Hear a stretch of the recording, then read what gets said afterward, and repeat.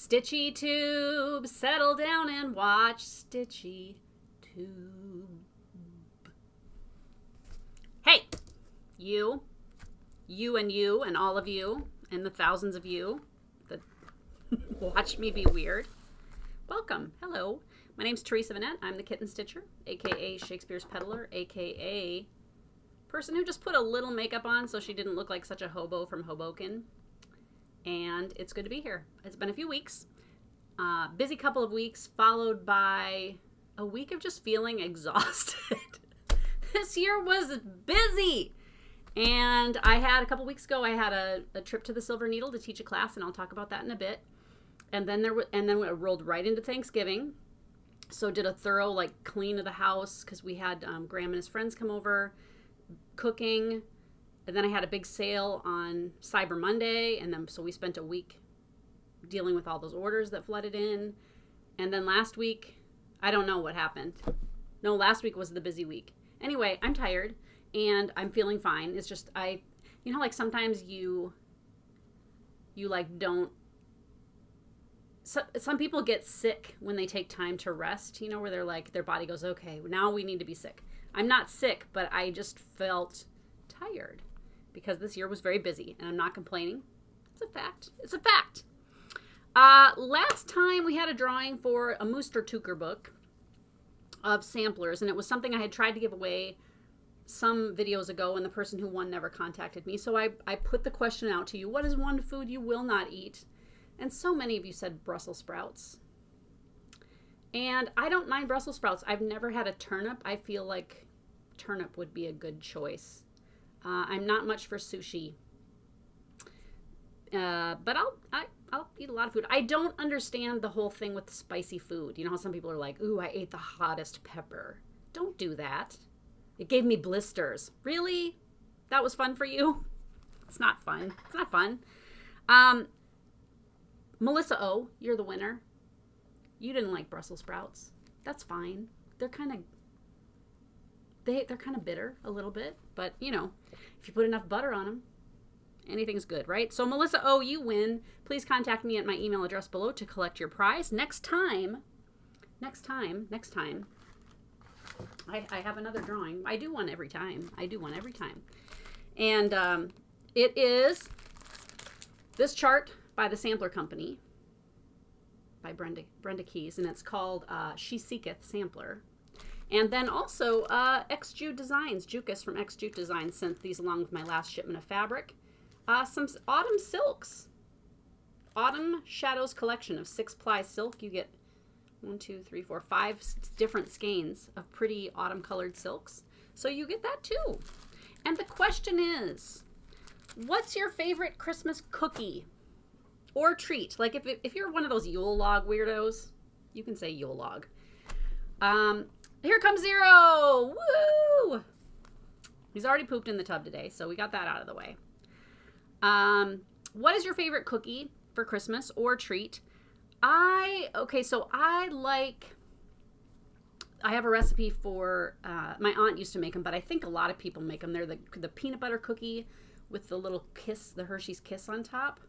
And why do I only make those at Christmas? There's nothing about that says Christmas. Like, ho, ho, ho, peppermint and Santa and peanut butter. But it's good. And they're just little, and you hardly bake them so that they're kind of crunchy on the outside but soft on the inside with Hershey's Kiss. Those are really good. My grandma also has a recipe for these crescent cookies, and the base of it is just flour. There's no sugar. It's flour, cream cheese, margarine? I don't remember. It's weird. It's like 4 ingredients, and then on the inside you put cinnamon, sugar, and finely chopped walnuts, and you roll them into little crescents. Those are really good too. Yeah, I would say those are my favorites. We don't do a ton of baking. We used to always do a lot of baking when I was little. My mom, in fact, would make up for the teachers, like our teachers. Instead of doing gifts, she would make a big plate of cookies. Like we would make all kinds of cookies.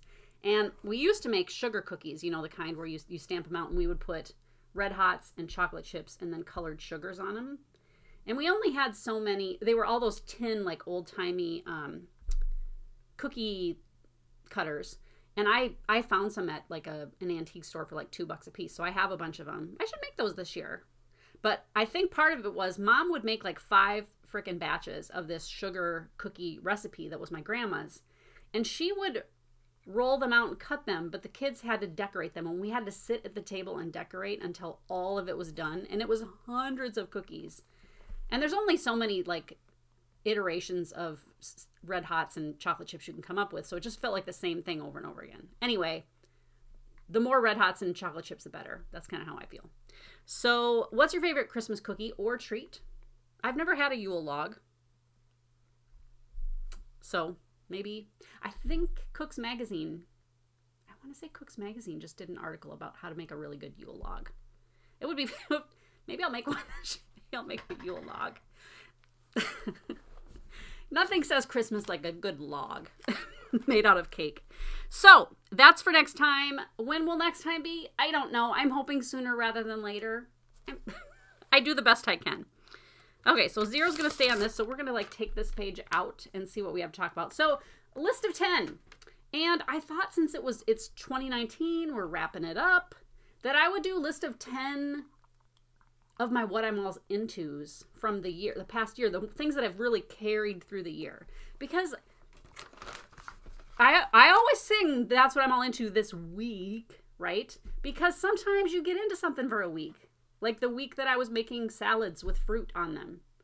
I mean, that was maybe 2 weeks, but some of these things just kind of last a little bit, but some of them last all the year long. So let's go over my list of 10 things that I'm all into this year. Coke Zero Orange, and just Coke Zero in general. Back in January, I dropped my Coca-Cola habit. I love a good Coke. And I just decided, you know what, I don't need all that sugar. Please don't tell me Coke Zero is bad for you. I just don't want to know. I'm drinking Coke Zero. And I'm still drinking it all year. Coke Zero Orange. And the orange was a new flavor this year. Here it is right here. I can always find it. It's not a huge, I don't think it sells as much as like the cherry Coke and things like that, or vanilla Coke, but it's available. If they discontinue, I'm going to be super disappointed. But once you get used to it, it's not so bad. I did try the Coke with stevia or whatever. Not a huge fan. My UGG slippers. And I'm not going to show you the UGG slippers that are on my feet right now because it would make you say. It would make you say that. But I'll put a picture right there of what they look like if they're new. I got these on Amazon earlier in the year. I think, you know, some of you who have been StitchyTube fans for a while may remember that last year I gave my dad some UGG slippers for Christmas, and he loved them a lot. And I thought, you know what? I could use a good pair of slippers. I have worn those all year. I work at home. They're super comfy. I can slip into them and slip out of them, and they've held up great. I would like to wash them, I think, but I don't know how to do that. I'll have to see if I can find it. You couldn't run them through the dryer because they would make quite a racket. They've got a pretty thick sole. So I wrote this list yesterday, and then I sat down today with it, and I was like, what does that mean? Massage stools. I was like, massage what? Massage stools. I have 2 of them, and I will show you this. It's this. I got these on Amazon, okay? And it's what I sit on in here. I've got one over there, too. I am busy, and so this allows me to spin all the way around, and there's no back or arms to trap me in. And then visually, they're not real. They don't take up a lot of eye space. So I love them. They're comfy. They've held up awesome. And so massage stools, that was number 3. Number 4, improving a room with small pickups. And I think, you know, historically, I think I've done that. I've really made an effort this year to do it more often. Our house always seems very cluttered. You know, just dealing with small things as you see them. Put them away, put them away, put them away. And I still continue to do that. Number 5, I have been using clipboards for my charts. So let's see, do I have one here? Well, and now I'm not going to be able to find one, but I got some clipboards because a lot of times, you know, you get charts and they're just in a plastic sleeve and it's just little slips of paper. And having it on a clipboard, I got a dozen of them at Amazon for like $1.50 a piece or something. And it's just really nice to have a clipboard. I use it all the time. And that way it kind of sits up on my lap. Because oftentimes I have cats that want to sit on my lap, And I don't want them to crunch my pattern. Not that I'm super fussy. It's just I don't want them to crush it. Number 6 is taking pictures of weird food. I think I may have started this actually in 2018, but I go to the grocery store and it's boring because you do it as a mother. Oh, Zero, you're so nice. He just put his paw on me. You want to touch me? I've been grocery shopping for a family for 30 years almost, and it loses its luster. Right? It's not exciting. It's fine. It's fine. It used to when the kids were little. It's like, oh, okay, just time by myself. Leave the kids at home with my husband and just shop for an hour. I look for weird foods. I saw this last week and sent a picture to my guys. I text them pictures of weird foods I see. Does anybody really need wintergreen cake? They must. Luckily, it's limited edition. I'm sure even the employees were like, what? It's funny. If you just look, there are ridiculous things. In what was it? Frozen. Okay, so in the freezer section, frozen cheeseburgers that were made with donut buns. I'm sure they're great. Chapstick. I got super into chapstick this year. For some reason, I must have hit like some, age milestone where my lips dried out, because it seems like this year my lips got real dry. And it's not really that our house is dry. The air does, or the heat doesn't run all the time because it's not that cold here. I just use Chapstick brand, and I have it all over the place. I don't have one in the drawer. I think I took it out. But I always have a few in every room because I'm always lathering up with lipstick chapstick.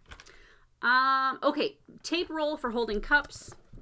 I started this because I had a cat that was wanting to tip everything over, and I just keep my cup in a tape roll, and then I can't knock it over because I knock it over too. I remember one time at my shop tipping over a Coke into my keyboard, and I had to send Harrison to get a new keyboard so I could finish out my day. Number 9 is feeding the birds and the squirrels in our backyard. We started that earlier this year too. I want to say last winter or maybe in the spring. I get the best. I don't remember what it's called, but it's got like peanuts and sunflower seeds and walnuts and pecans. And I'm sure it's like maybe, I don't know. It must be like, it's good. I mean, if I was out of groceries, I could probably sit down and eat most of that. They love the peanuts, and it's been fun to watch them. I feel like this must be an age milestone where it's already like, I fed my birds and the birds came by and they were so pretty. But it's kind of fun to see the birds. And we got squirrels. This, summer we had the backyard birds were having babies. And so, you see the mommy and daddy birds, and then pretty soon here comes small birds, and you're like, oh, it's the little baby birds. Now, 2 weeks ago, I had an apple that had gone bad, so I just walked it to the back. I walked it to the back and opened the door to throw it into the grass because I'll let the squirrels or whatever eat that. And when I did, there were 2 possums sitting on my railing eating nuts. And I opened the door and they both went like this.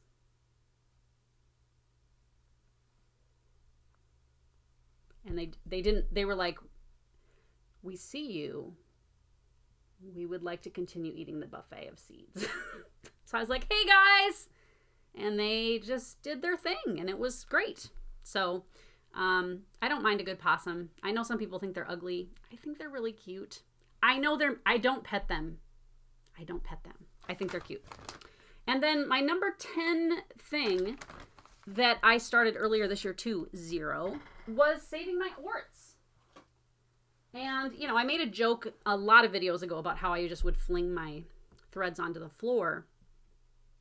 I try not to do that anymore. I don't think I really do that anymore. And I'm just going to see if I can fix this quick so we don't have stutter stops. We'll do this. All right. Let's see if that helps. So here's my ort container that I keep right there. And that's a lot of orts. And there's a lot of red ones in there from the Harriet whatever sampler from Stacy Nash. And it's not all. I mean, sometimes I stitch in the kitchen, which is where my stitching light is right now. And so those I just keep in a little pile and throw them away. I'm trying to do better. I'm trying to be better. Here comes Graham. Hey, Graham. Hello. I'm shooting a stitchy tube. Oh, all right. I think your fabric is in the other room. Gotcha. In Harrison's room. In a bag. Graham's dyeing fabric now. It's called Graham Cracker Fabrics. He's been dyeing fabric for me for a while and decided that he wanted to just kind of try to develop his own line. And so he's got a line of fabrics that you can find on the Wabi Sabi section of my website. It sells out pretty quickly, actually. Carol Saltbox Stitcher mentioned it in a video recently. Thank you, Carol. And the colors are all named after desserts. And you get a little tag that looks like a graham cracker. And graham cracker and pie crust are his two most popular colors right now. But he's got chocolate mousse and pistachio, and there was a pumpkin muffin. So they're really cool. He does a great job, and he's developing new colors. But they're really great. They use the same technique as the Wabi Sabi fabric. So if you like that kind of dirty, grungy, messy looking fabric, that's what it is. So, okay. So Saving My Orts was number 10. And that's what I'm all into from all the weeks of the year in 2019. And my list of 10. My list of 10 things I'm all into. So, okay, I wanted to share just a little story that I saw on eBay recently. It's actually up right now. Today is the 11th? It's the 11th, I think, today. And here's a picture. And I watch eBay for old samplers. It's where I get a lot of my samplers. You can find good deals. And this sampler went up. The stitcher's name was Mary Penrose Are you there? Mary Penrose Robinson. I don't know why I'm stutter stopping.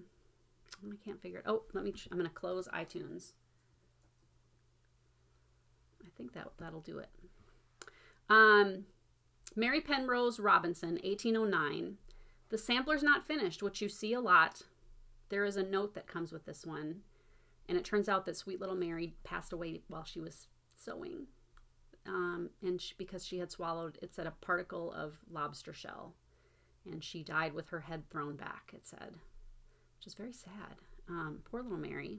So she might, I guess maybe she had either had an allergy or she choked on it. I'm not sure. So poor little Mary. Very interesting to have the story come down with the sampler. I think it's posted as a buy it now for $900 and some, which is quite a bit. It would have been a beautiful sampler. And she did not get to finish it. And you got to remember that a lot of these little stitchers, you know, they stitched morbid verses a lot of times about, you know, the fleeting nature of life. And they really did die sometimes as kids. We're lucky these days, right? We are lucky. Am I going to have to tear this page out too? He's just not budging. Can I have this? All right. Okay, we talk about my projects and my whips. I am working on this right now. I'm almost finished. I don't know if I've ever shown this. I'm down to the last square, and I'm almost done with it. Right, Zero? Country Cottage Needleworks Frosty Forest series. And I'm stitching mine on 40 count Sea Fog. I'm going to find the answer and put it right here. By R&R Reproductions. And I like it on that. I don't know what they originally were stitched on. But I'm stitching on 40 count over 2 with 1 thread of DMC. And then there are a few, there's like 1 hand-dyed thread in each one. It's really a cute little series. It was designed as a series of 9 that look like this, which is also really cute. And so I just got those charts in since I knew I was going to show that, and I figured some of you might want to pick it up. It's not necessarily it's not Christmas. It's winter. It's just winter, I guess. There's snowmen, but snowmen are winter, right? And they're very, very cute. Really cute. Really, really cute. So I'm working on that. Here it is. Ugh. Like a boss. What have I been saying all year? All year I've been saying, I need to punch needle more. I punch needled. I punched it. And I'm done with the punching part. And I'll show you. It's called Wool Farm. It's by Brenda G. It's cute, right? It's cute. And I got this. I must have bought it from her site. She must sell these, Brenda G, at countrystitchesonline.com. And I can't get these punch needle things, I don't think. You'd have to order from her. But it was super fun. And it's really this is my first punch needle project that I finished. No, I did one more. I have another punch needle project. You know what? I'm going to go get it. So I'm going to pause and I'll be back. Okay, I'm back. I am back. Okay, so I showed you my punch needle, this. And then this is the one that I did some years ago. And I don't remember the name of the designer for this one. So this is punch needled. Punch needle? Punched? I don't know. How do you... And then I just used this. It's just a plaque from Hobby Lobby. And so I stretched this around a piece of probably cereal box. And then I made this little cushion. I sewed this little cushion and glued that on too. And so you can use it as a pin cushion, like set it next to you. And I just have it as a decoration. But it's kind of cute, huh? It's kind of cute. So I have to do the finishing on that yet. And I'm not worried about it. I kind of like sitting down to do things like that. But I'll have to paint this board. I don't know what color I'm going to paint it. And then she showed it with rusty wire around there. And I might do that too. I thought it was very, very cute. So I punch needled. And for the first couple of strands, I hated it. And I was like, this doesn't look good. It hurts to do this. I didn't like it. And then I realized that the punch, so I had, the first punch needles I got were called the Perfect Punch. And it's like P-U-R-R-R, Vict Punch. And it looks like a big plastic pen. And that's not what I had used when I started that project. I used this little red punch needle that I had that I like much better. And I want to say it's a Russian punch needle. And then when I went to the folk, what was it? The folk art show this spring with Jennifer, I got one of these, the Ultra Punch. Ultra! It's extreme. And a lot of people swear by this one. I kind of like that little red one, but I'm going to give this one a try with my next project. I just wanted to make sure that the pile was consistent on that one. So I was really happy with it. It was super fun. And here's to more punch needling. I'll get better as I go. The thing about punch needle is you actually do it from the back. So, oops, the back. Wait, the back. I can't see.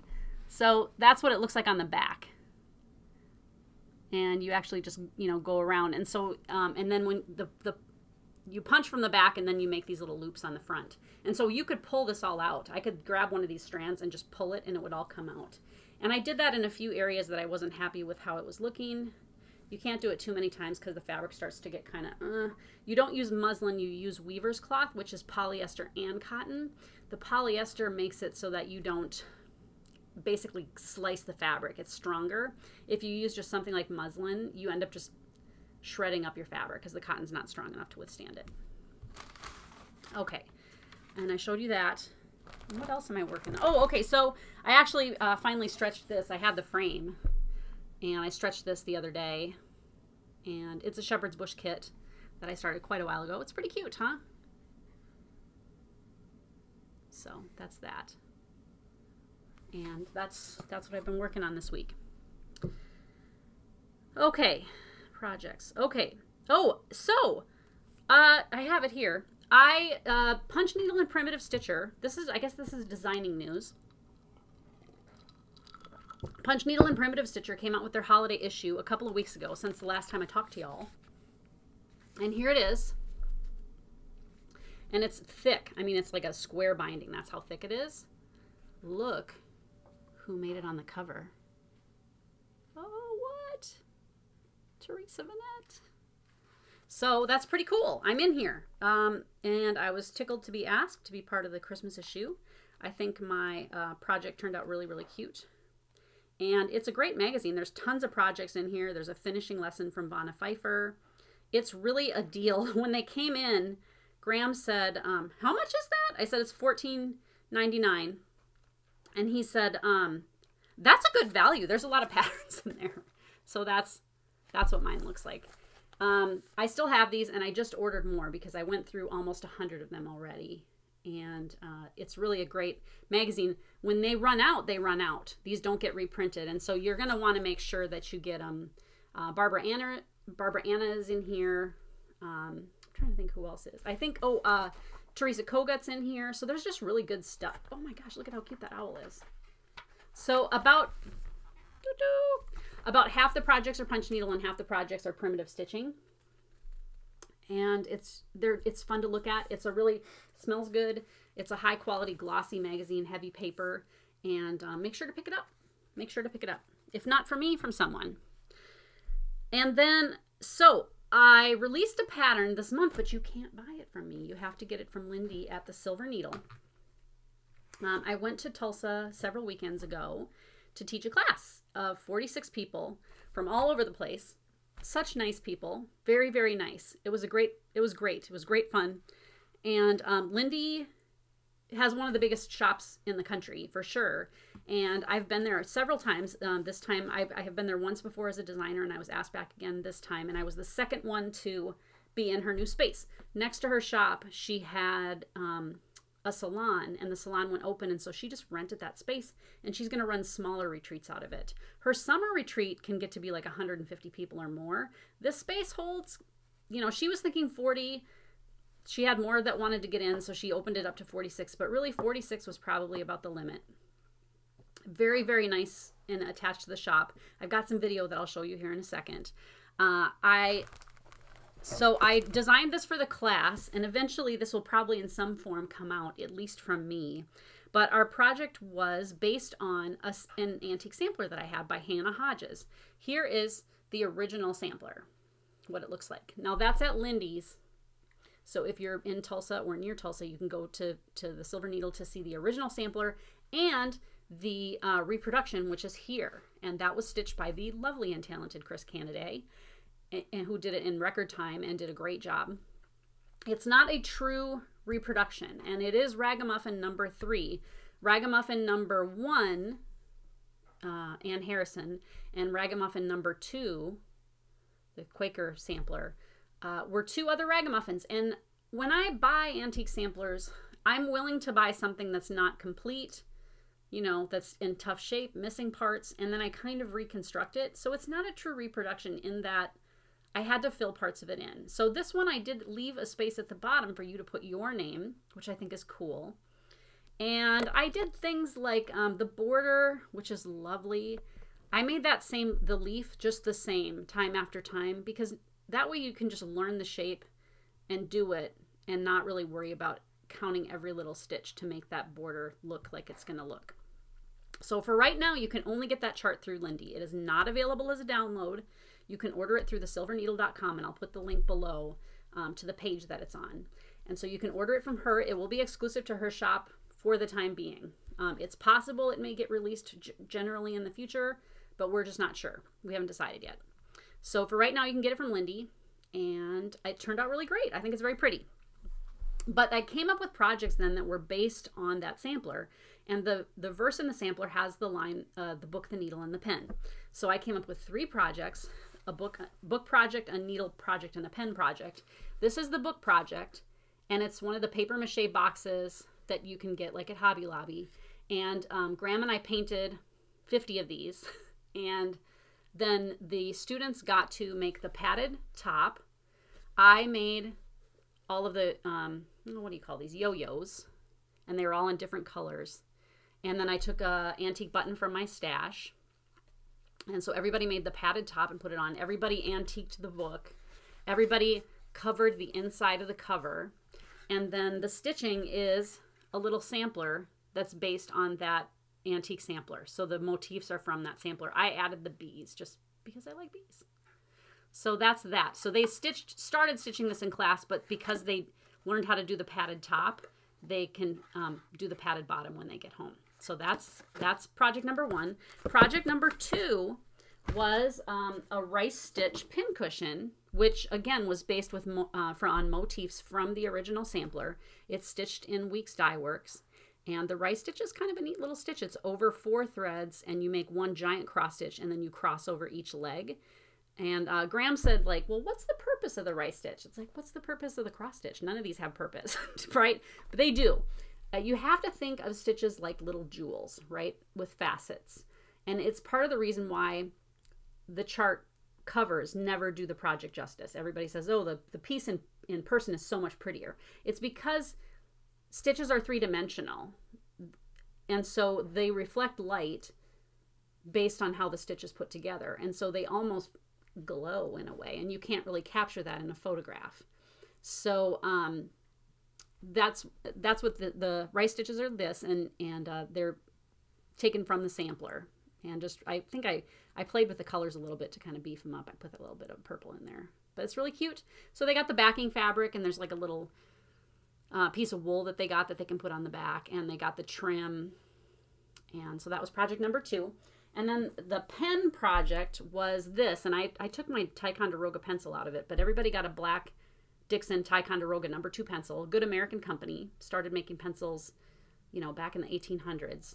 And so this is just made out of banding, and I actually have this. I'll try to get it up here before I upload the video. Oh, here it is. And it's made out of banding. So really all they had to do was stitch these 4 little bees, and then I helped them. You had to bend over the top, the 2 ends, and then whip stitch the sides together. And this way you can keep a pen or a pencil in with something, and it won't get marks on everything. So it was those 3 projects that they got. It was really, really fun. Everybody was very nice, and I really thank everybody who made the trip. It was a great experience. We had a great time. I'm going to insert here now a video of a tour of Lindy's shop, a tour of the space, and a talk with Lindy herself about her business, The Silver Needle, and then I'll come back, okay? So here it is. This is Teresa reporting live from the Silver Needle in Tulsa, Oklahoma. It's a very welcoming, inviting needlework store. It's a really great shop. I've been here a few times, and every time I come, even though I'm in the industry and I go to market and I go to shows, I always find fun things, and it's a giant store. You can see it's just, I asked Lindy the other day, I said, how many models do you think you have? 1,000? And she said, oh no, more than 1,000. I don't know if they even have a good number, but it really is kind of a stitcher's paradise because there's just so much to look at, and things are just kind of packed to the rafters. And it's one of those cool shops where you walk in and, you know, you're looking around and you see good things, but then it's like, hey, look on the floor. There's also things on the floor, and there's just stuff in every nook and cranny. One of the sections I always like is the wools, because she carries some applique, which is really cool. You don't see it in, I don't think you see it really in a lot of cross-stitch stores, but she's just got neat kind of kits and products and things for doing applique. And Lindy just kind of is the queen of models. I mean, I don't know if I've really ever been in many shops where I see quite as many models as they've got here at the Silver Needle. Like, this is her Mill Hill wall, and you can see those aren't the front of charts or kits. Those are models. So the model hangs on front of each kit, so you can see, well, there's a rare example of one that's not, but it's just kits and models and models and models and kits. And they go all the way up to the ceiling. And they're just everywhere. They're just everywhere. So here's a little table with a bunch of stuff on it. And oh my gosh, there's still models under the table and on the floor. They're just everywhere. She's got a lot of Mill Hill beads too, which is great. It's a great selection. And all kinds of fixtures with models in them too. A lot of over 1. They have a lot of projects over 1, and everything is cute or small, right? And a lot of things that you just don't really see very often.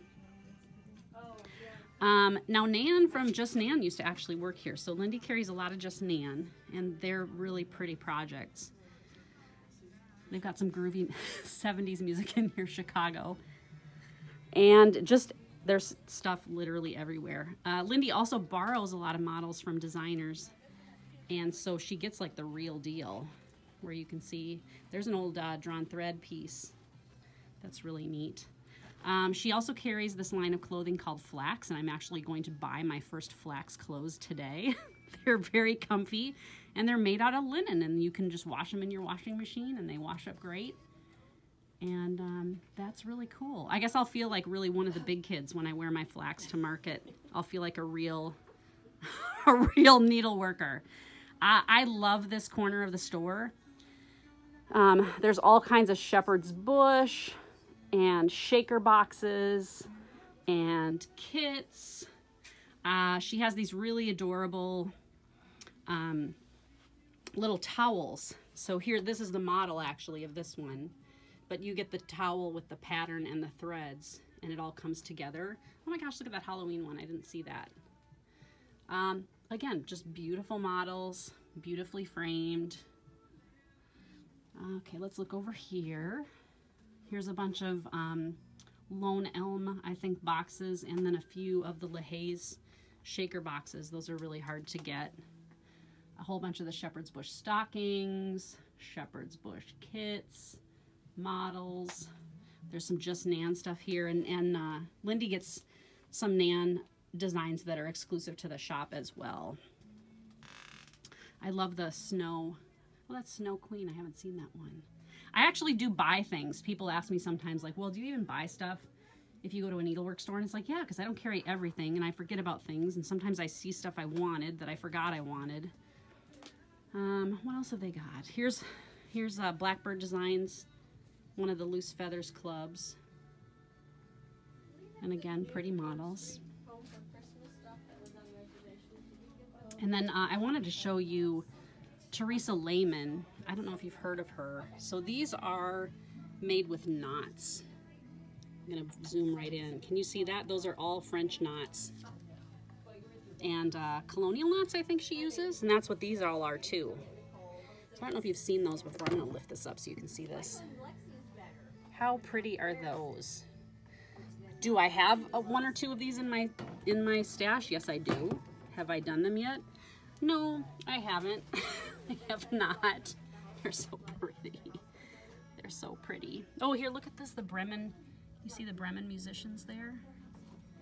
Here's some more of the little elves. And then this is a little set with bee skeps on it. Again, just made from tiny, tiny little knots. You can see the size with the scissors there. Here's more of them too. Just cute. Now Teresa, these are what her designs look like. She actually was featured by the U.S. Postal Service. She had some designs on stamps. They weren't needlework designs, but they were, I want to say it was like gingerbread houses or something.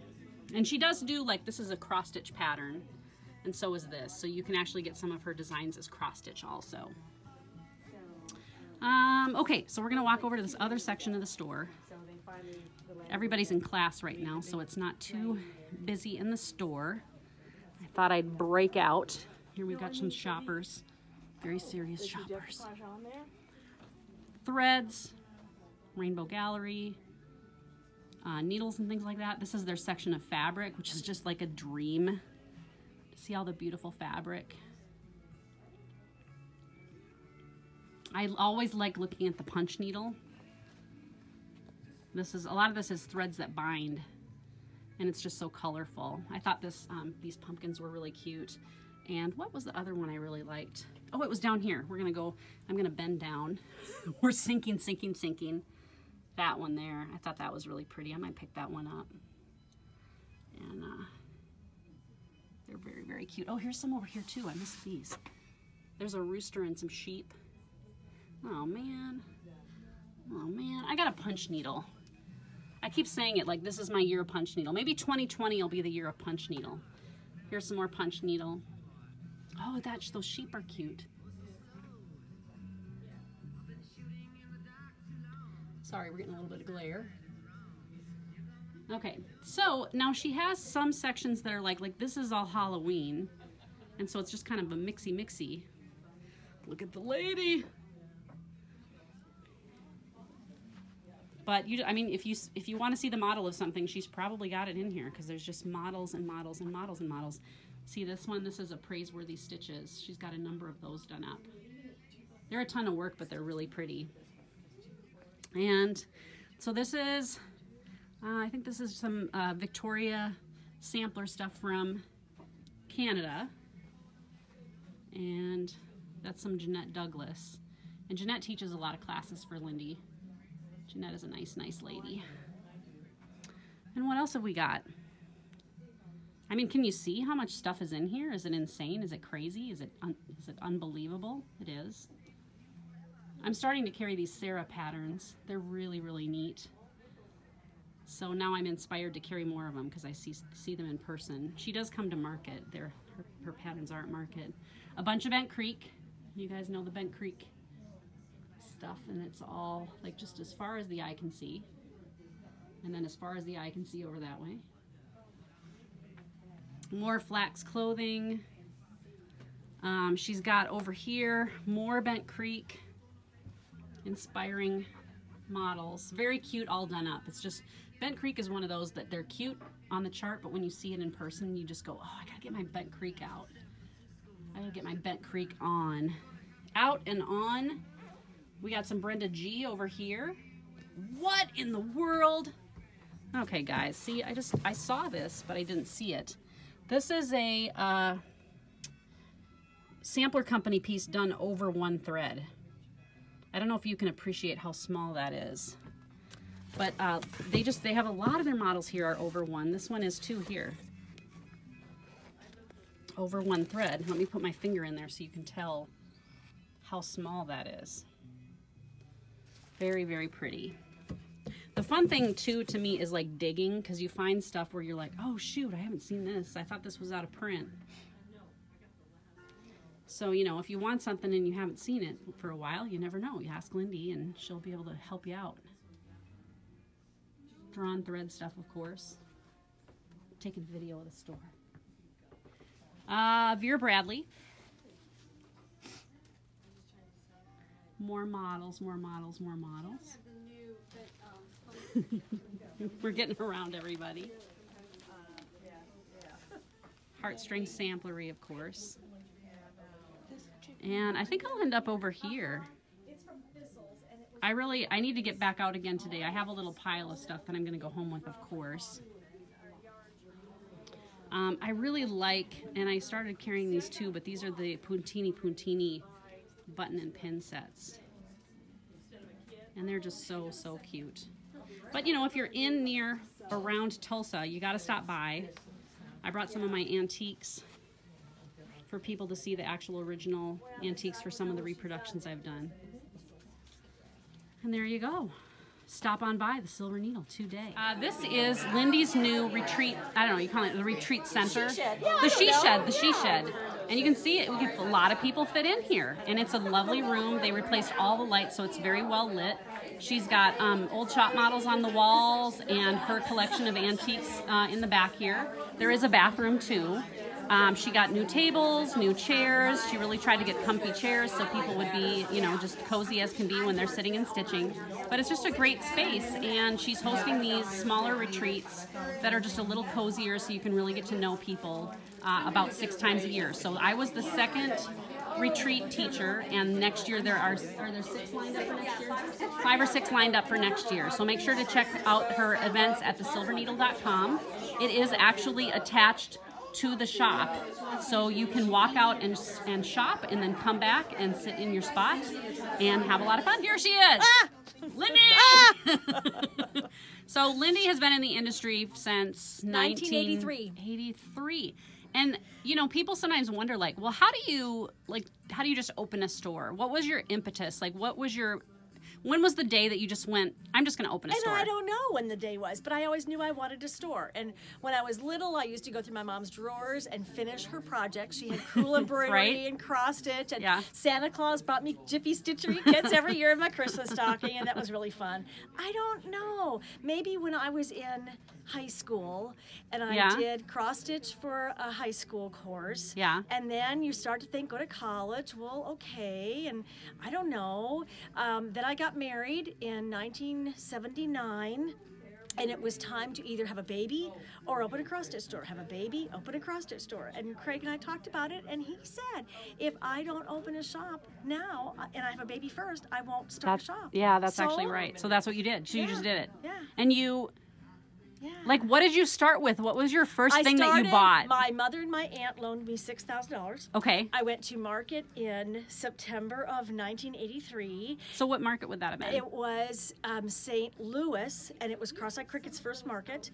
Wow. And it was the market before Prairie Schooler. So wow. It was, and Cedar Hill was there, and my budget was $100 to spend at market. Total? And total was $100 to spend at market to buy some things, to stitch some models, to open my store. Okay.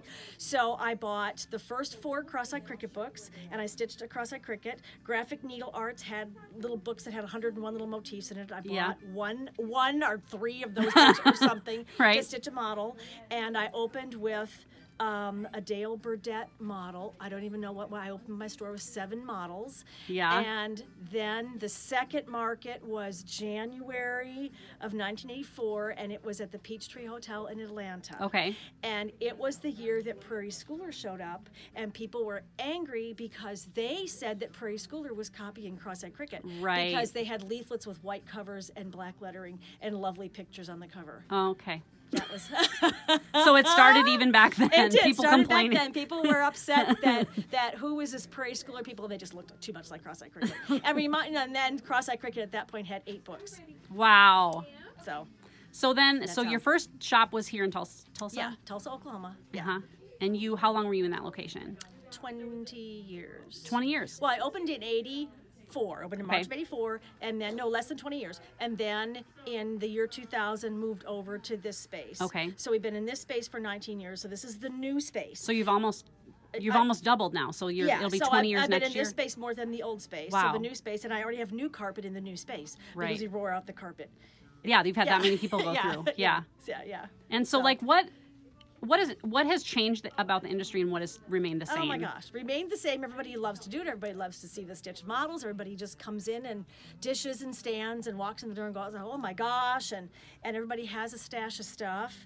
What's different is now they know what they're looking for. Back in the olden days, they would walk in the store and you could have a shop model up on the wall that had been there for 10 years. They hadn't seen it because their local shop didn't have it anywhere, and they would buy it. And now they've seen the stuff that's up on the wall, and oh yeah, I've been looking for that. I want that. Right. But everybody still loves to do it. And then we've got, Teresa's here this weekend, so we went around our whole room and we asked all these women where they were from, what they did, all that kind of stuff. And what do you think? 90% of the room said, I stitched in the 80s. I stitched in the late 70s. I stitched in the early 80s. I put it down when I had my kids. I haven't stitched for 25 years, and I'm pulling my stitching back out, and I'm doing it. Yeah, and they love it. And they love it just as much as ever. Yeah. And so then at some point you opened your website. I did that. And then how long ago? That was in 1999. And when I opened the website, we were so busy with mail order already because we had done the Spirit of Cross Stitch shows and the Cats New York festivals, and we'd been out to Pennsylvania, and we had a newsletter, and we did a lot of mail orders. And the day, I remember, I started my website in February of 1999, and by August, we kind of hit the search engines. That's when it really kind of took off. Right. But I do remember the day that we moved from the old store to the new store, we were so backed up because we had 24 orders. And we had the pages scotch taped to the edge of the table in the back room. Okay. And we would get a new order, and we would have to scotch tape it below the old orders on the table. And we had 24 orders on the table that we had to move over to the new store that day. So. Well, and what were you saying last night about like what your original goal was for My original goal was $25 a day. I'm married to a CPA, and he made me do a business projection. So here I go. Okay, with my rent, I had 660 square feet, and my rent was $400 a month. Okay. And my sales predictions were $25 a day for the first month, and then I upped it to $35 a day for the next month. So the first day I opened, there was a Yellow Pages salesman that had come through town in January, and I put a coupon in the Yellow Pages. I spent a fortune on this coupon. Yellow Pages, I was scared to death. And the Yellow Pages came out in March. It came out in late February, and my coupon was in the middle of the Yellow Pages, and so all the women in Tulsa were like, oh my gosh, there's a store opening up. And my parents came to help me open, and I remember somebody calling February 28th, because I opened up March 1st. She called February 28th just to see, were you really opening tomorrow? And what time do you open? And my dad answered the phone, and my dad's a joker, and he goes, well, yes, they open at 10, but you can come at 9. Oh, I'm no! like, Dad, we're not ready yet. So anyway, yes, that girl's name is Pat, and she was my first customer, and she was here at 9 a.m. over in the other space. And then, since my sales projections were $25 the first day, we were very worried if I was going to make any money or not. Okay. So my first customer that day, she spent $51 on charts, and she came back the next day and spent $47 or $45 or something on more charts, and it totally blew me away because I had no idea that people would collect charts like that. Yeah. Well, I learned a lot. So then I think a lot of people have like this dream notion of like, oh, having a shop is like this big dream. And a lot of it is hard work, obviously. Well, yeah. And it's a business. So some of it's not, like taxes aren't fun, and the paperwork's not fun, and billing's not fun. And but like what part of it is your favorite part? I don't know. What part is the dream? I don't know. Are there times where you're just like, making everybody happy. Everybody's happy. We I don't want to say we sell happy, but we do. We're a happy place, and everybody wants to be here, and it makes everybody happy. It makes their families happy, and everybody has lovely memories of shopping here and of their needlework, and it's comforting, and it's so when you have I know you have a lot of events. Yeah. Like retreats and cruises. And so like when you have those, do you ever like look out at the room of people and just go, wow? Oh, yes. Yesterday, I stood in the back room and I made Mona stop and I said, just stand here and listen. And everybody was in your room back there and they were just all, I said, it's just a happy sound. It is a happy sound. And it's a sound I have never had before in my back room because we didn't have that space. Right. And so we didn't have the hole in the door. Yes. So that was always quiet back there. And yesterday it was noisy. There was so much going on back there. And people are just happy, just genuinely really nice. happy. It was Yeah. happy. And I think it's nice because stitching is such a solitary activity generally. Yeah. We sit at home and stitch. And so when you have a retreat, it's like these people just come alive. Like they're so happy to be with each other. And I love being your color. Oh, look at this. How I know. can you not love just looking at this? Yeah, it's just a blast of color and shiny and sparkle and you just, I don't know, I'm around things I love and people are happy and it's cool. yeah. Well, So I thank you guess so much that's for the hosting dream. I us don't this know. It weekend. was It's fun. a super fun. Yeah. And if you have probably how many events a year? Like half a dozen? Or? 6 of these, yeah. Yeah. And a big summer event where we have more people, and then we've sponsored cross-stitch cruises and all kinds of stuff. Yeah, And then we and- do the shows. We do the Galleria show. Yep. And, And the nice thing a is lot that of you're stuff. in Tulsa, so it's like kind of centrally located in the United States. So We're it's on Route not 66. We are an hour away from Pioneer Woman, so you can come and you can do Pioneer Woman, and then you can come do us. So that's kind of fun. That's awesome. So yeah. Well, we're just, Yeah. I mean, I was tickled to be asked to come, and I know everybody here is having a great time this weekend, and I look forward to my next time coming back. And to so visit. I'm looking at the camera. I'm looking at you. I'm not sure who I'm supposed No, to be you're looking at. looking so- at you're looking at them. You're looking at me. Yeah. So thanks so much, Lindy. Thanks and, everybody for listening. I hope you guys come sometime. Yeah, or Be visit fun. her at Yeah. silverneedle.com. Yeah, there you go. All right. All right. Bye-bye. Thanks. Super fun. Great shop. If you haven't been there before, like you could look for hours and hours. There's so much to see. She has tons of models. And really for me, every time I go there, it's all the over one models. She has all kinds of models of prairie schoolers that are stitched over one and other designs that are stitched over one. And partly it's to conserve space, but they look so cute over one. I kind of want to this year... I need to take a break. So Christmas week, I'm just off. And yes, we'll pack orders somehow. But I need to disconnect. Harrison's going to be here. And I would really like to start a few projects over Christmas. And maybe I'll start a Prairie School over one. I don't love to stitch over one, but it looks so pretty when it's done, doesn't it? So thank you, Lindy, for having me. I had a great time. Please go pick up your copy of Ragamuffin #3.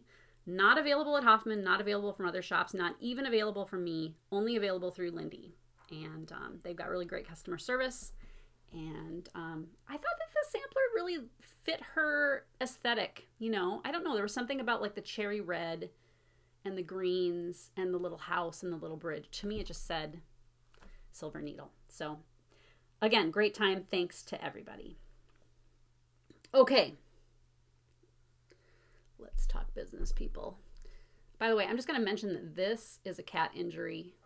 Somebody was sitting on my chest yesterday and somebody else got hissy. And then this person leapt off my throat and scratched me. It's okay. The Uffendells. Thank you to everyone who took the time to comment last video. The Uffendell samplers, and I'll flash pictures here, came out 2 years ago. Nicola from Hands Across the Sea Samplers released those as a limited edition book at the time. She printed 1,000. And people have recently been paying hundreds of dollars to get a copy of this chart. Not like a photocopy, but like, you know, the original printing off of eBay and such. And that's hard, like, because people really, really want it. And at the time, and she's released a few videos, it was a huge risk to her to print 1,000 even, because she wasn't sure that they'd be able to sell 1,000. And they sold out in like 7 or 8 days. And now, like I said, people are going bonkers because they want them so badly. So last time I asked you guys what you thought as far as is that something that she could re-release in some fashion and still not really be going back on her word that it was limited. And everybody was so respectful and honest, and I so appreciate that. The vast majority of people said they felt like if she printed them as 2 separate charts in a different format, that it still would mean that the original printing was still a limited edition. And, you know, I think some people said, well, that's kind of just mincing words. Some people said that they really felt like she shouldn't do it and were very nice about it. I think Nicola did receive some pretty sternly worded emails from a couple of people.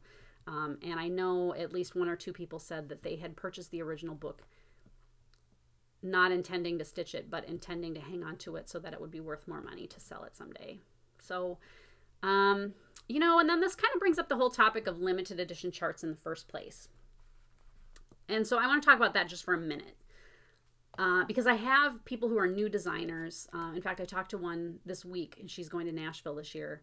And she wanted to know, like, what, you know, limited edition, should I do it? Should I not do it? I tend to not really do limited edition things anymore. I have one chart, the S Word chart, that I've re-released. I released it and then I re-released it again, and I probably will re-release it in the spring again. It's just a little red marking sampler. Limited edition drives sales. It absolutely does. I think people do buy things if they hear limited edition and they maybe wouldn't have otherwise. And so it does. It works. It honestly works. It helps you sell more things if you say limited edition. The flip side of that is people later are sad or upset that they weren't able to get it, that they didn't know about it, or they never saw it, or it ran out before they could get one, right? So I personally don't do limited editions, but I see why people do, and I have done them in the past. So I think, you know, I think that's why designers do it. I think some people were just like, well, why would you even do a limited edition? It really does drive sales. You do end up selling more of something, especially in the short run, than you would have otherwise, because people panic that they're not going to be able to get it. I think lately, like the last couple years, more and more designers have been doing like limited or exclusive releases. Kind of like what I'm doing with Lindy. It's not limited, but it is exclusive to Lindy. But sometimes, you know, there's a club. Like last year, I designed the Maria Finney reproduction, and Jeannie at the Country Sampler up in Eau Claire had it as part of her club. It will be released as a chart in Nashville.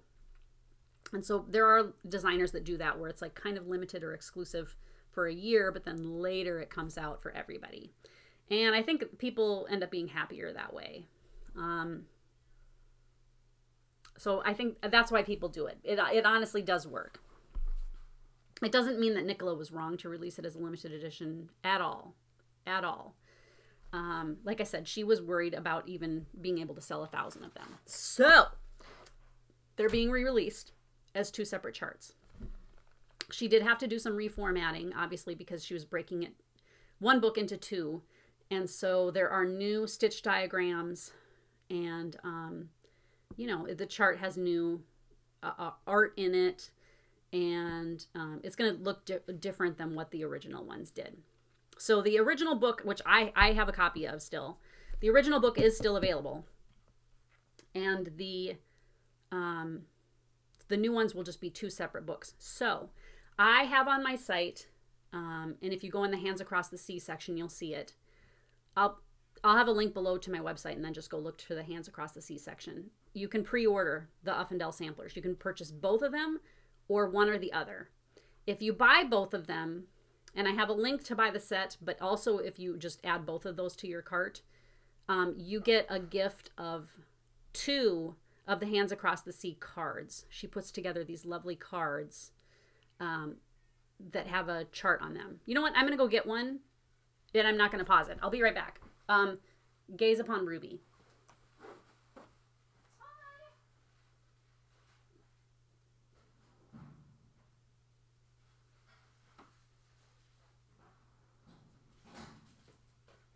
And actually, this is the Isabella card. So, this is what the cards look like, and they come with a matching white envelope. But they look like that, and then the inside is blank, and then on the back is a little chart. I don't want to show that too long.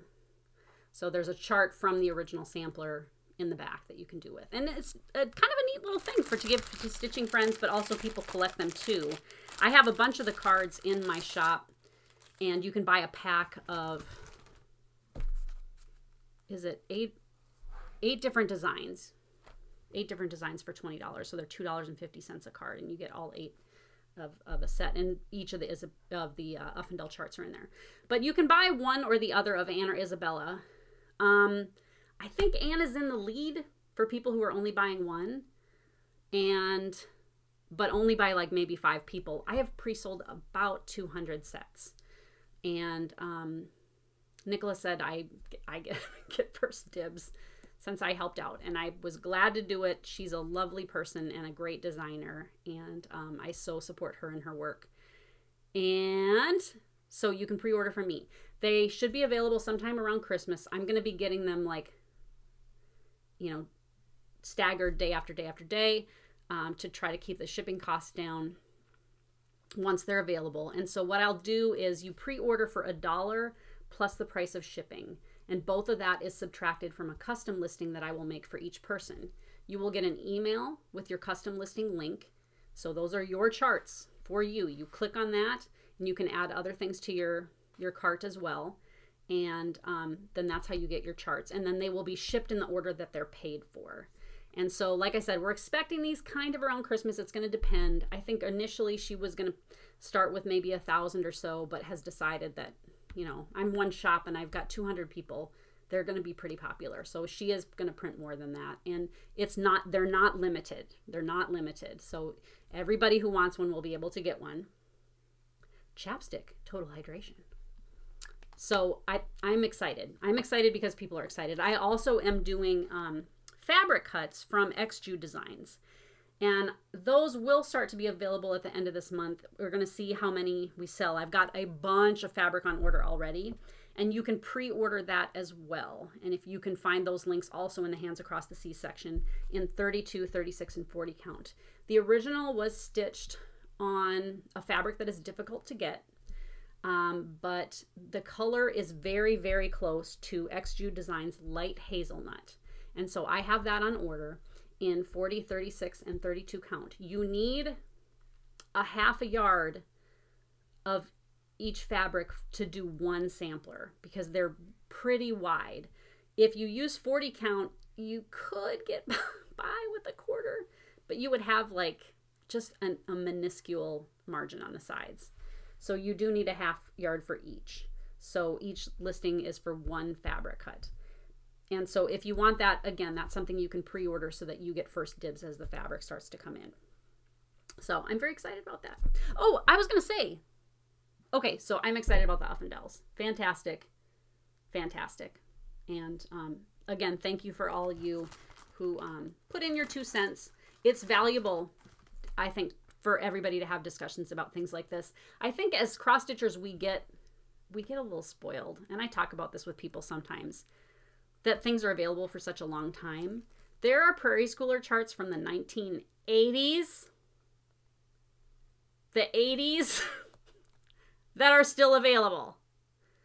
And I don't know another craft where that happens. Like, quilting books. I'm sure maybe there are like classics, but we just kind of expect that we can always get cross-stitch charts. And so we're lucky because there were a lot of great designs, and it's cool that we can still get them. But I think it's really interesting and unique that we're a craft that just really values the designs that came out such a long time ago. When I was at Lindy's retreat, one of the activities we did was a mummy opening. A what? I don't know if you know this, but in the Victorian age, they were creepy. They were creepy people. They liked the occult, you know, like they had seances and ghost things, and they wore creepy jewelry, right? So they were kind of creepy. So they used to import to England mummies from Egypt, actual mummies, real mummies from thousands of years ago.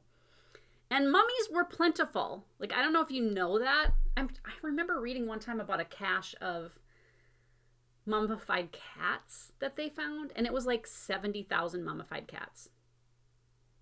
70,000. So mummies were so prevalent and easy to get that there was a paint that painters used that was called mummy brown, because they literally would take mummies and grind them into color, I guess, powder, and mix it with whatever they mixed to make paint, and there was mummy brown because you were painting with mummies. That's how easy it was to get a mummy. So they would import mummies. Thank goodness we don't do this anymore. eBay would be a nightmare.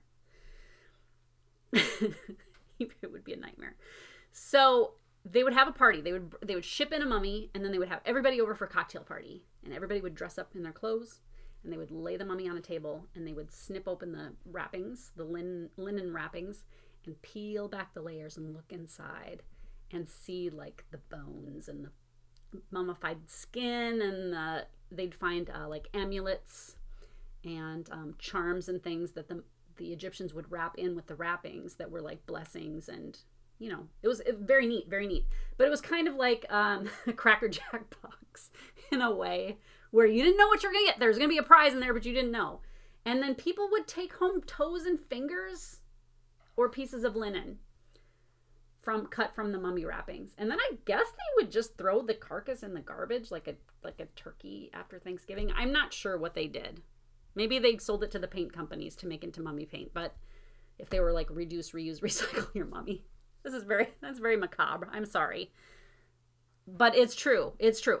So, I gave a lecture about buying antique samplers and like what to look for, what not to look for. And someday I will do a video like that for you guys too, because it was actually very fun to talk about. I had a sampler that I had bought several weeks before the retreat, and I hadn't opened it yet. So it was still in the box, and we actually opened it together. So I put it on a table just like a mummy, and we opened it up to see what it was like, and I took it out of the frame even, and we smelled it, and everybody got to see it and see the back and things. And so this is the sampler. It's another Harriet sampler, Harriet Franklin, and it's from 1846, and here it is. I bought it on eBay. I think I didn't pay that much for it. I think under $200. I love that fruit basket at the top. To me, that's like, mwah, awesome. The quote is about the rose, and on the right and left-hand side there's somebody pointed out it looked like a moss rose because it's got a chain stitch with kind of furry stems, kind of, and then there's like chain stitching. It's really a neat sampler. And it's one I may reproduce someday. I for sure would want to do something with this basket because it's amazing. It would make a good teaching piece, I think, because it's got a few different kinds of stitches in it. But there it is. And so everybody got to see, you know, what it looks like coming out, you know, and to see like just the excitement, I guess, that you get when you receive something like this in the mail. So that was one thing that we did. Okay. I have a little bit of stash, and I got some things at the Silver Needle, believe it or not, because you know what, even if you have your own shop, you don't have everything that every shop has, and I want things. I got this cool little pincushion kit, Local Farm Girl, and I don't have what it looks like, but trust me, it's cute. So someday when I make this little kit, I'll see if I can find a picture and put it here of what it looks like. It's a $28 kit, but it comes with like all the wool and everything in a little berry thing. And you probably can order these from Lindy. So if you're going to order the Ragamuffin number 3 sampler, maybe you want to pick up one of these. They come in different colorways. Very cute. This would be a good like over Christmas project, I feel. Now I saw this and I was like, oh yeah. So it's a little thread palette, which I'm a sucker for thread palettes, people. I'm a sucker for thread palettes.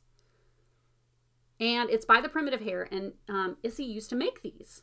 And I have one that's like an owl and a moon. And so I bought this because I was like, oh, I haven't seen those for a while, and I love it. Her husband makes these. He would do the jigsawing or whatever, and then they paint them and buff them, and they're very smooth feeling, and they're just prim and really cute. And so when I came back, I emailed her and I said, hey, do you still make these? Because what she makes now is, see if I can find the new ones. So these just came in the mail, and this is what she makes now.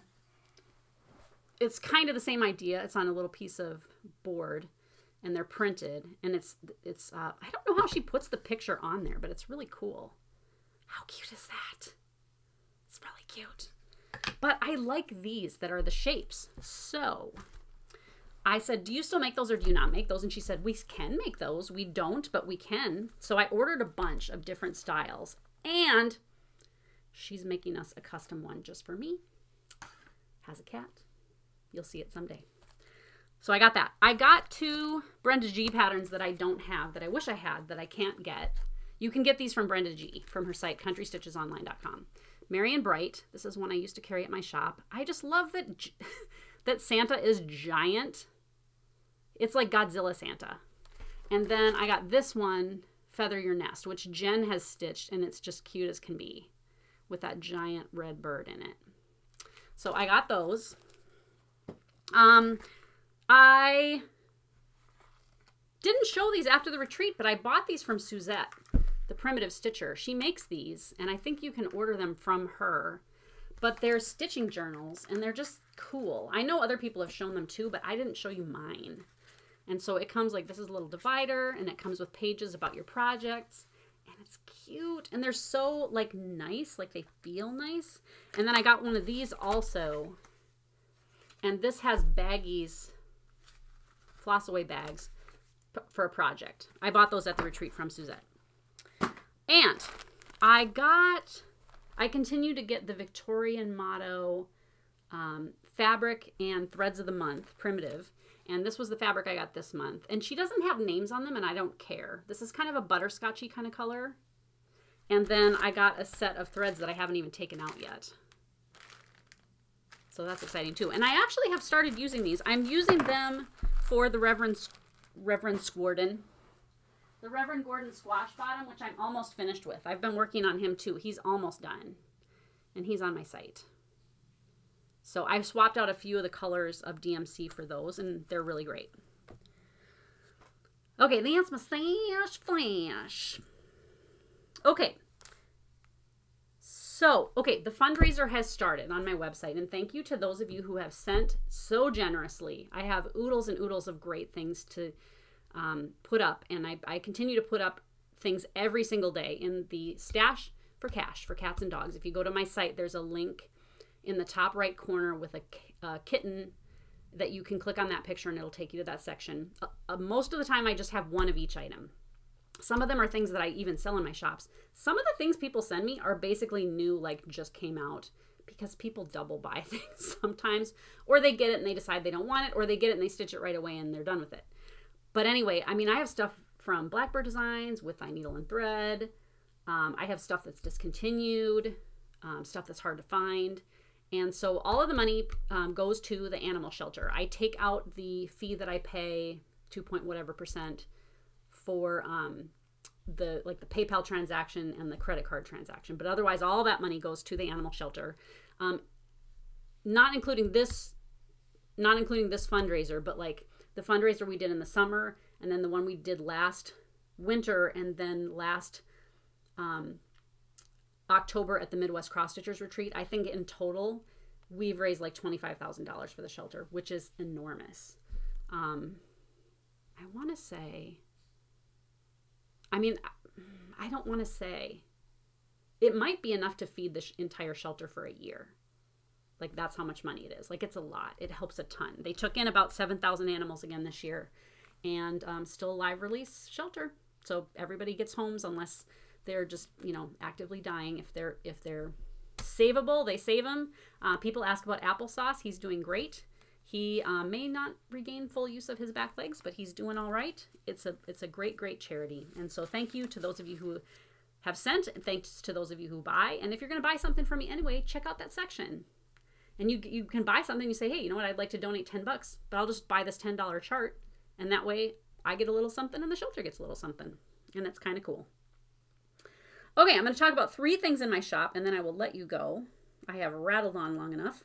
I got, when I went to the Midwest Cross Stitchers Retreat in the fall, is this winter yet? It's not winter yet. Feels like winter. It's cold. Brenda Gervais did a great lecture about the history of samplers.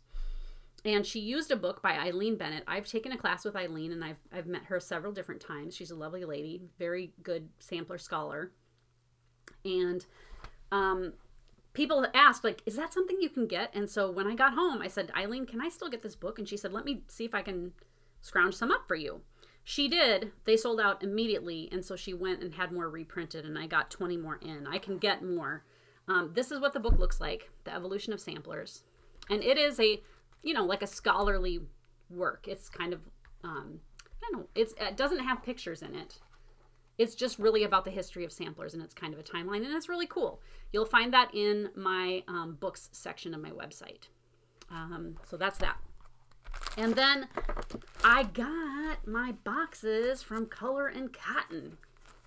And they're awesome. And some of it is sold out already, even though I just put it up this week. But they are wholesaling now their fabric. This color is parchment, 32 count. I got kind of, you know, sampler and prim colors. I didn't get like their pinks and purples and things like that. But beautiful, beautiful Zweigert-based linen. And so definitely check that out. I will be getting more in and replacing what I've lost. But such a nice company. They're very, very sweet people. Okay, and then what does that say? Oh! People! Santa Rides is back! And so, Rachel, I need to send your chart back to you that I borrowed from you that I haven't even started yet. This was the chart that I tried to buy on eBay that I got it, and it was a photocopy.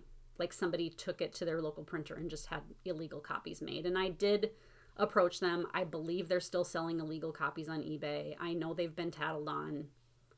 I guess eBay doesn't care. But you can get it now. And you can get Home for Christmas too. So those are the 2 new releases. I guess, you know, they'll just end up re-releasing pretty much everything. So I'm very, very glad because I've wanted to stitch these little Santa Rides things for a while. And maybe that'll be one of my starts right around Christmas. Okay, so last little bit is every time I send an order out, and we send out a lot of orders, I give something that's a freebie. I used to, when I had my business, you'd get a needle with every order, and I would just kind of slide it into your invoice. I started last year giving out skeins of anchor floss, and I gave out cards earlier this year, and I started carrying designs by Marjorie Massey. And I think I'm probably one of the only shops in the country, in the U.S., that carries her charts. She's a great lady. Her service is wonderful. Her charts are really cool. Everybody loves Quaker Street, which it's really great. And every time I order, she says, here's a chart I designed for you and your stitching friends. So she designs, this is the 3rd chart she's designed just for my shop. And so when you order, you'll get this chart now. Merry Christmas Noel with a swan on it. It's kind of a Quaker style Christmas piece. That's what it looks like. It's full color. I had them printed full color for you guys. And you can see it's not small, 105 by 169 stitches. And so you just get this free with any order, which, thank you to Marjorie. That's very, very kind of her to share like that. It seems like the last 2 I was like, oh, I got to come up with something to have, you know, to give out. And Marjorie just comes through in a pinch. So thank you to her. And I know a lot of you are enjoying her patterns, which is really cool too. Okay, I'm not signing off for the year. It's the 11th, like I said, and I'm sure I'll be back. But I really do want to thank everybody for making this year so great that it was tiring. So great that now at the end of it, I feel like I've skidded in sideways at the finish line. Just a really fulfilling year. Everybody's so nice. It just really... I am continually thankful to be doing this, and I enjoy every day. I get up. I don't dread going to work. I'm in my Uggs after all. And, you know, at Thanksgiving, one of the things we do is we go around the table and talk about things that we're thankful for. And I said, you know, I'm thankful obviously for my family and the blessings that I have, but I'm thankful for the things that I don't know that I need to be thankful for. That there are so many times every day that somebody else would say, I don't have enough money for gas, or there's not food in my fridge, or, you know, I'm unable to walk. That they're just, we all have hundreds and hundreds of blessings that we don't even realize we have, and our lives comparatively, I think, to a lot of people in the world are so much easier than a lot of other people have. And it doesn't mean that we don't have our struggles. We absolutely do. But there are times when things have been set before us and we have blessings that are so commonplace and everyday that we just don't think about them, right? When I got up this morning, I had to take my pill that helps me not hurt all day.